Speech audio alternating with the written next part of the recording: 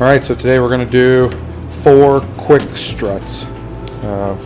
They have the spring included on them.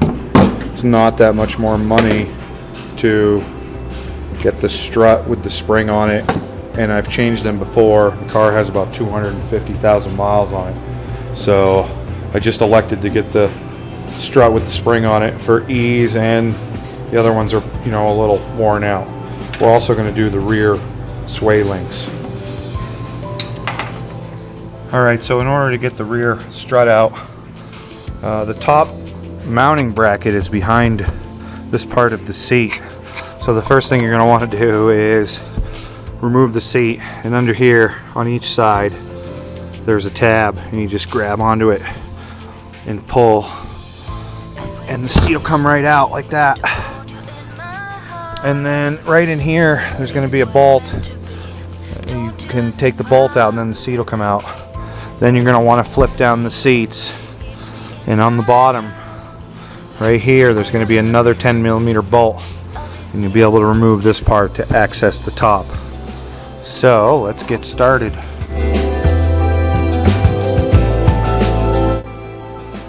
Okay, so now that you have the seat out, you're going to want to loosen these bolts almost all the way out, and then you're going to want to jack up this side of the car. You got to do one at a time, unless you have a good way to hold the car up. I need your love to make things right. You belong to me. You're the only one for me.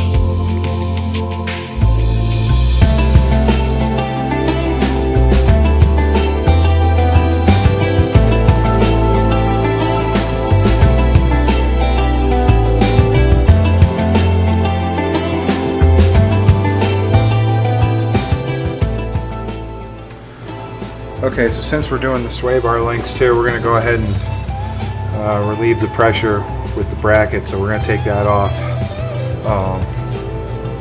and then we're going to loosen this one bolt up that holds on this bracket, because it gets in the way from pulling the strut out.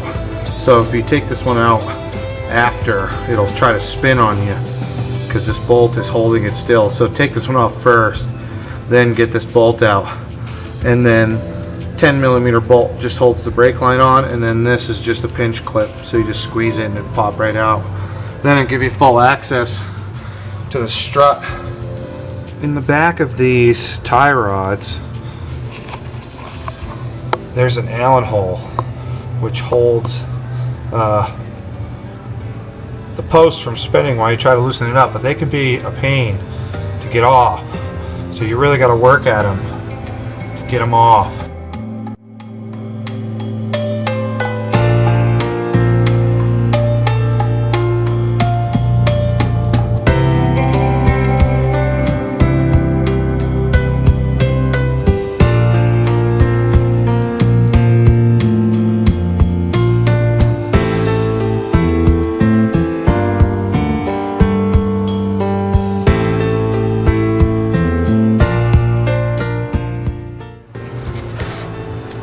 Okay, now that all that is loose, we're going to take these nuts off, wiggle her out at the bottom.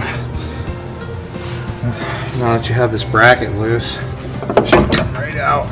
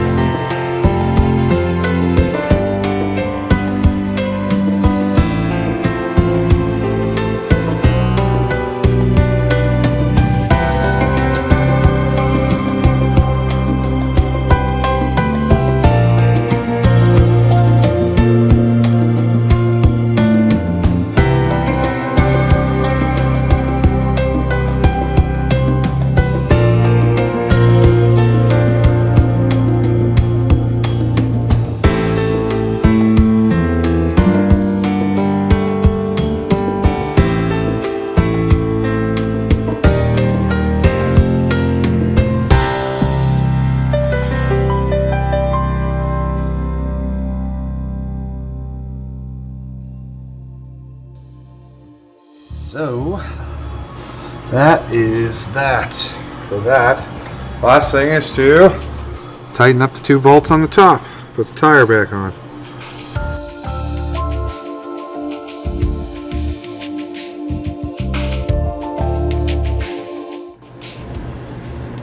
Okay, on the front strut, the first thing you're going to want to do is take off these 2 12mm bolts and these 3 14mm bolts.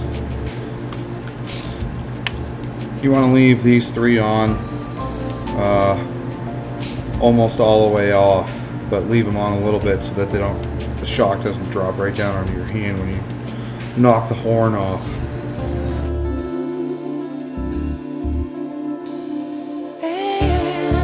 So next you're going to want to remove the horn bolt clamp that holds the strut in place, and then remove the fork bolts on the bottom.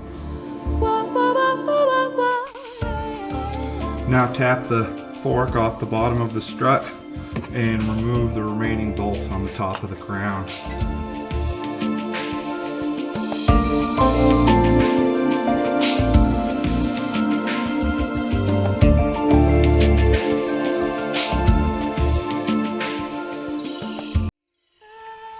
You're going to want to try to fish the strut out the front because you have the steering linkage in the back blocking you.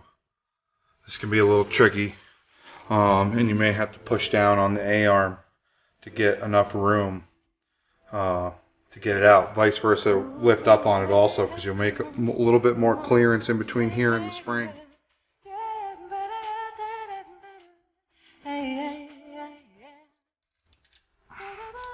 And replace the 3 14mm bolts to hold it while you get the fork back on.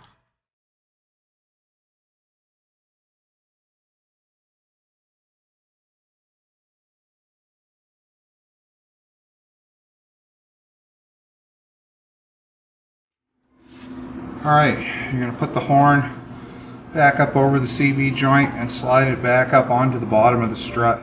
You may have to tap it on. The powder coat makes it real tight in the hole.